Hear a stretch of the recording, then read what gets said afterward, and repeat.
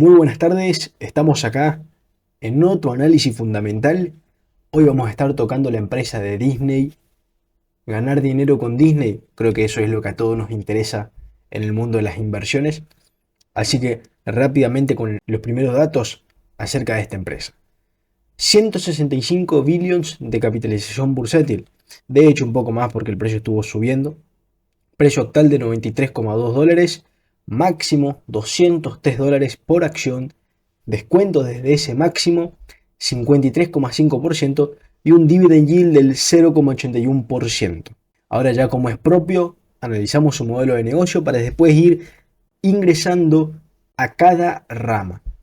Empresa líder en entretenimiento. Creo que todos sabemos lo que hace Disney. Su negocio se divide en tres segmentos: Disney Entertainment, entretenimiento de Disney; Sports, la parte de deportes; y Disney Experience, experiencias de Disney. Tenemos acá un gráfico de cómo están distribuidos sus ingresos por facturación, más no por beneficios, sino por la facturación. El 37% de la facturación de los ingresos totales provienen de experiencias, el 43% de la rama del entretenimiento y el 20% de la rama de deportes.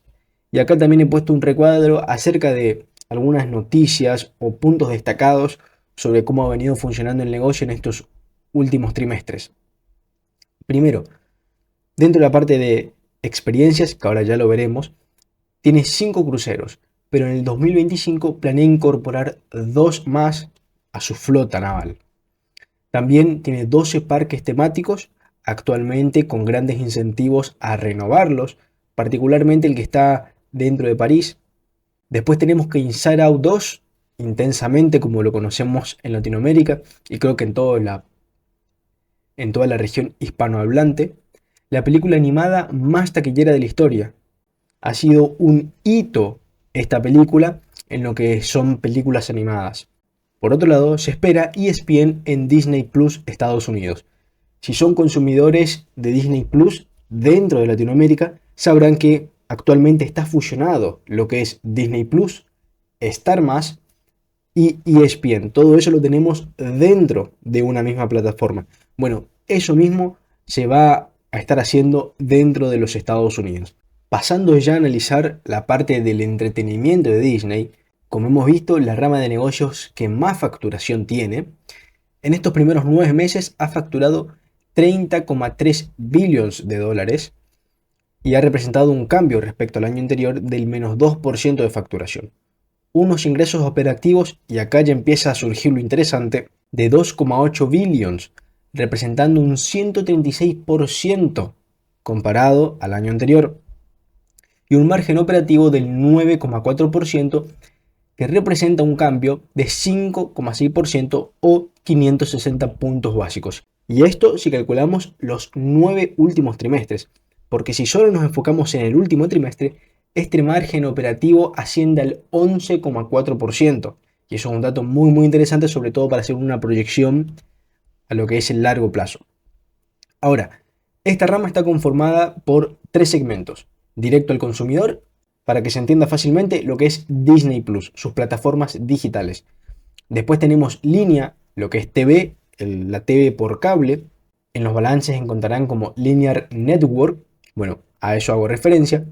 Y por último tenemos licencias y venta de contenido, ¿sí? Esto, como su nombre lo indica, son las licencias o venta de ciertas películas que se da particularmente a los cines. En los gráficos de la parte inferior vemos el ingreso operativo de la rama directo al consumidor. En los últimos años esta rama ha estado en pérdidas y recién en este último trimestre está en positivo. Y esto si juntamos con el apartado de directo al consumidor de ESPN, ¿sí? Es decir, que estamos juntando Disney Plus y ESPN, deportes y esta rama de entretenimiento, lo que es directo al consumidor, sus plataformas digitales. Sus plataformas digitales en este trimestre ha sido el primero que han llegado a ser rentable. Los anteriores han traído pérdidas. Los primeros trimestres del 2023 han tenido una pérdida de 2 billones de dólares. Eso que antes era pérdidas, ahora lo hemos ahorrado, y lo más importante es que se ha llegado al punto de equilibrio. A partir de ahora lo que podemos esperar es que con la escala comience ese círculo virtuoso y los beneficios empiecen a llegar poco a poco. En el gráfico de la derecha vemos los usuarios y el ingreso mensual de Disney Plus. Esto también lo tenemos en sus otras plataformas como es Hulu y ESPN, que lo veremos más adelante, pero en lo que es esta rama he traído tan solo el de Disney Plus.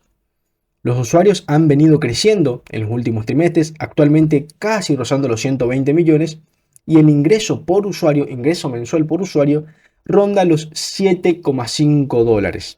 Está prácticamente en los máximos. En este sentido viene muy bien, y una de las últimas cuestiones de esta rama es que este crecimiento que tiene el apartado de directo al consumidor está contrarrestando la baja en beneficios del segmento de Linear Network, o lo que es la línea, la televisión. Esto porque por parte de los comerciantes se está viendo una tendencia a un menor gasto en la publicidad dentro de la televisión tradicional. Ya no se genera esa conversión que se generaba antes y por ende los comerciantes han dejado de invertir, y recordemos que la publicidad es uno de los aspectos más importantes en lo que es la televisión. Sin dejar de mencionar eso, que es muy importante, bueno, el apartado de directo al consumidor está contrarrestando esa bajada en beneficios y lo vemos trasladado en estos ingresos operativos que se han visto incrementados en un 136%. Pasando a lo que es la parte de deportes, esta rama está conformada también por tres segmentos. Tenemos ESPN domésticos,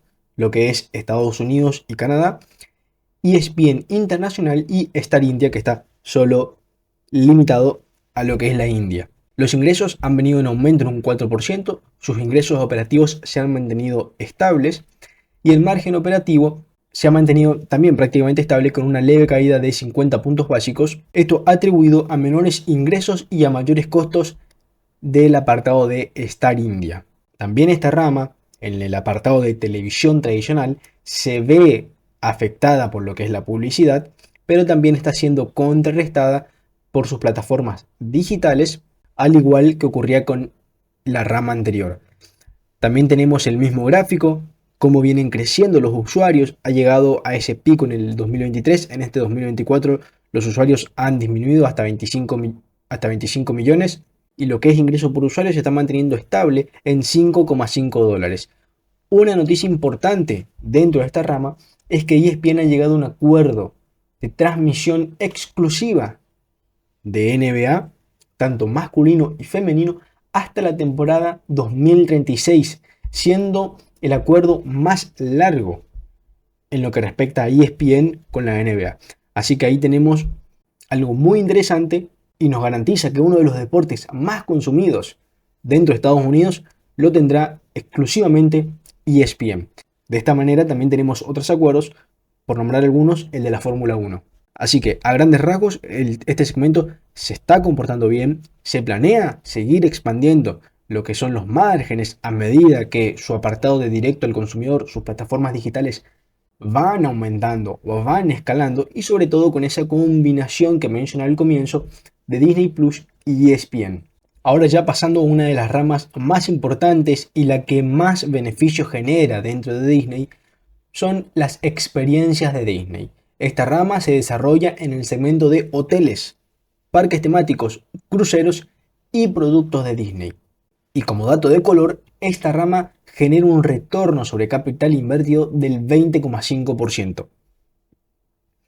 Sumamente rentable y con grandes planes por parte de la directiva de empezar a ampliar y volcar más inversión a esta rama. Como ya mencionamos, 2 cruceros ingresan a su flota naval dentro del 2025 y también se planean reformar muchos hoteles y muchos parques, modernizarlos. En consonancia con eso, se ha mencionado por parte de la directiva unas inversiones por $60.000 millones en este segmento. Y si pasamos a los números, en los ingresos, 25,9 billones en estos últimos 9 meses, un incremento del 6%, derivado principalmente por el aumento de precios, tanto en productos, hoteles, cruceros y parques. Y ahí empezamos a ver su poder de marca que tiene Disney. Sus ingresos operativos han aumentado en la misma proporción y su margen operativo se mantiene prácticamente igual alcanzando el 29,3%. Acá he traído un gráfico de cómo han ido los ingresos y los ingresos operativos de esta rama. 2017, 18, 19 en crecimiento, 2021 por temas de pandemia se han visto muy lastrados y a partir del 2022 se ha comenzado a recuperar. Esta rama es la que más me gusta, la que más resalta esa ventaja competitiva que tiene Disney, y es cierto que se ha mantenido muy estable si excluimos lo que es la pandemia. Vimos cuáles son las ramas de negocio. Ahora, su estrategia para el largo plazo, ¿cuál es? Primero, monetización del streaming. Disney ha logrado rentabilizar sus negocios de streaming, Disney Plus y ESPN Plus, antes de lo previsto. Era lo que estábamos mencionando anteriormente. Fue el primer trimestre en el cual se logró un resultado positivo en sus plataformas digitales. Y esta es una de sus principales estrategias, seguir expandiendo los márgenes, conseguir esa escala en estos segmentos. Como segundo punto tenemos la reducción de costos. La empresa ha reforzado sus esfuerzos en generar ahorros adicionales. Y por último, inversión en parques temáticos y experiencia, como parte de su estrategia para fortalecer la experiencia de sus consumidores. Lo que habíamos mencionado anteriormente, 60.000 millones de dólares en inversión dentro de la rama de experiencias. Y acá vemos cómo funciona todo su círculo. Películas en los cines, sus plataformas de streaming, tanto de deportes como de entretenimiento tradicional, sus parques temáticos con experiencias sumamente inmersivas, lo que son sus juegos, para a su vez también fidelizar al cliente, y por último, sus productos. Tenemos todo ese círculo que todo genera una sinergia increíble en lo que es Disney. Creo que no debo hablar demasiado acerca de la ventaja competitiva de Disney porque tiene un foso defensivo económico, como lo dice Warren Buffett, enorme. Marca poderosa y reconocimiento global. Disney es una de las marcas más reconocidas del mundo. Sus personajes, películas y productos han penetrado en múltiples generaciones. Y esto es muy importante. No solo vemos la fidelización de sus consumidores en el rango etario más bajo de la población, sino que lo vemos en todas las generaciones. Con los parques temáticos, cruceros, hoteles ofrecen experiencias inmersivas, creando más fidelización. Contenido exclusivo, icónico e irreemplazable. Nadie puede ni transmitir sus películas, ni vender productos, ni hacer absolutamente nada con algún tipo de derechos intelectuales de Disney sin que de alguna u otra forma le ingrese dinero. Por otro lado, la escala. Con la era del streaming, junto con su vasto catálogo proveniente de sus adquisiciones estratégicas, Marvel, Pixar, Fox, etc., ya logró el punto de equilibrio. Ahora solamente es momento de la magia, de la escala. Y como última ventaja competitiva, y lo que vimos en la filmina anterior, integración de todas sus ramas. Todas sus ramas funcionan de la mano y entre ellas generan una sinergia increíble. Analizamos ahora lo que es la dirección del negocio y acá sí que tenemos polémica para rato.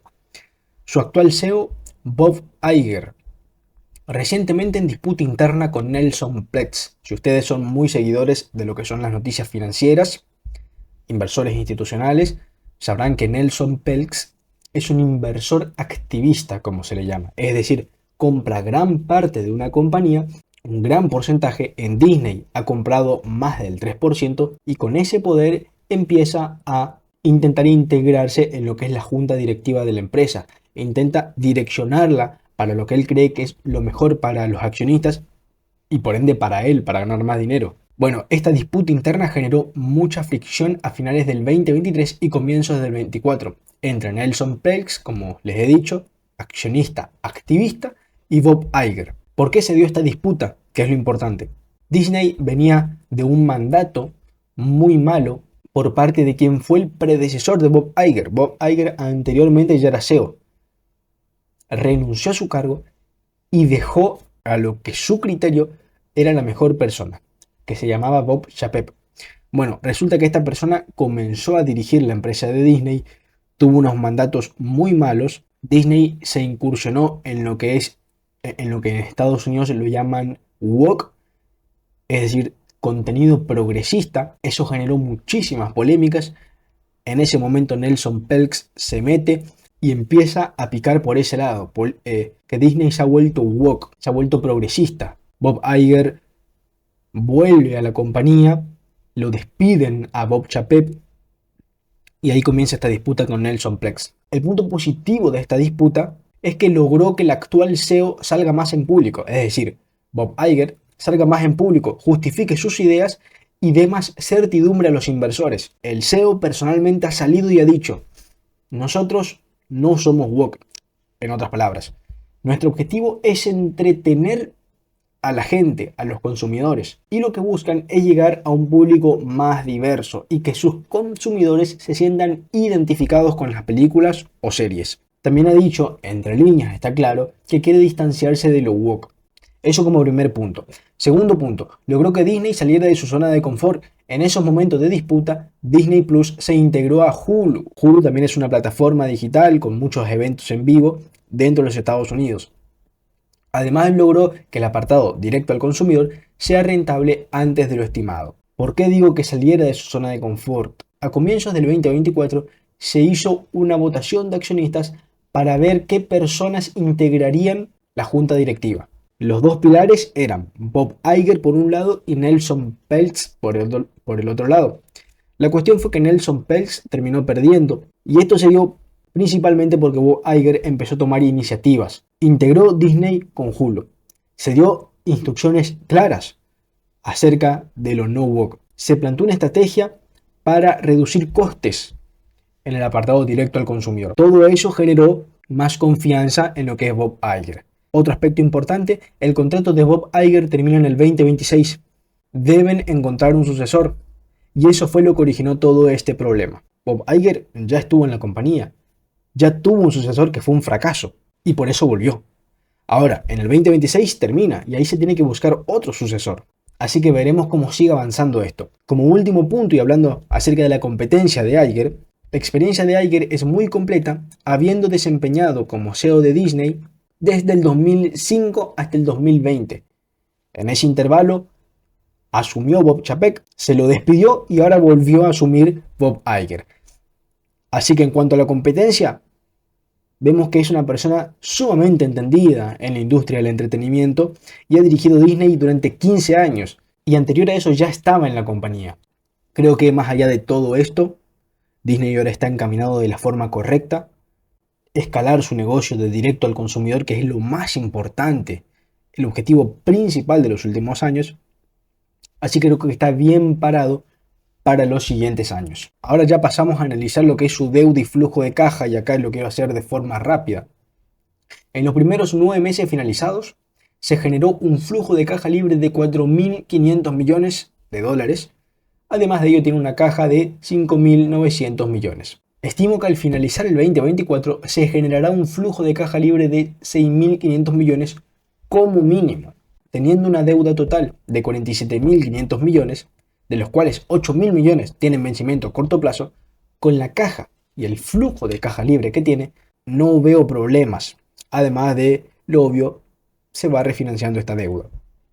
El costo promedio ponderado de su deuda es del 4,95% y después de impuestos 3,57%. Una deuda relativamente barata. Y su calendario de deuda, en los próximos años no tenemos vencimientos mayores a 5.000 millones, el más próximo 2026.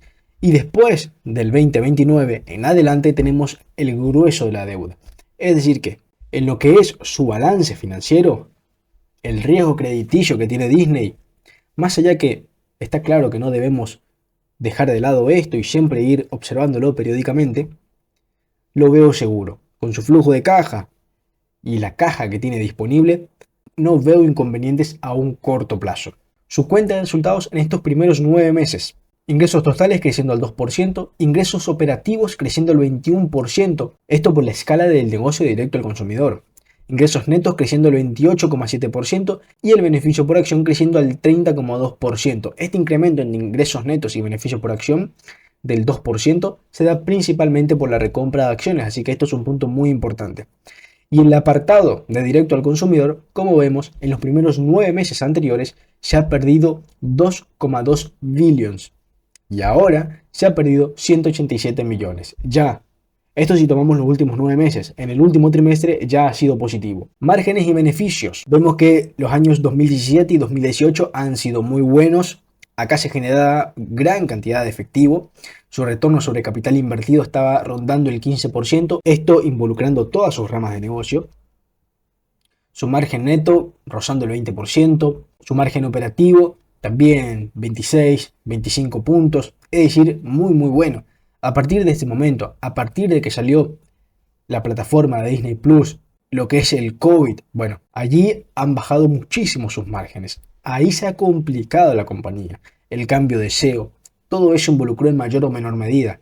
Ahora empezamos a ver ese repunte poco a poco y año tras año. Es como dicen, viene lento, pero sin pausa. El retorno sobre capital invertido ya ronda el 7%, el margen neto superior al 10%, margen operativo 17% aproximadamente, y el margen bruto acercándose a los niveles del 40%. Como ya lo he dicho múltiples veces en este video, a medida que se consigue esa escala, estos márgenes comenzarán a ir creciendo.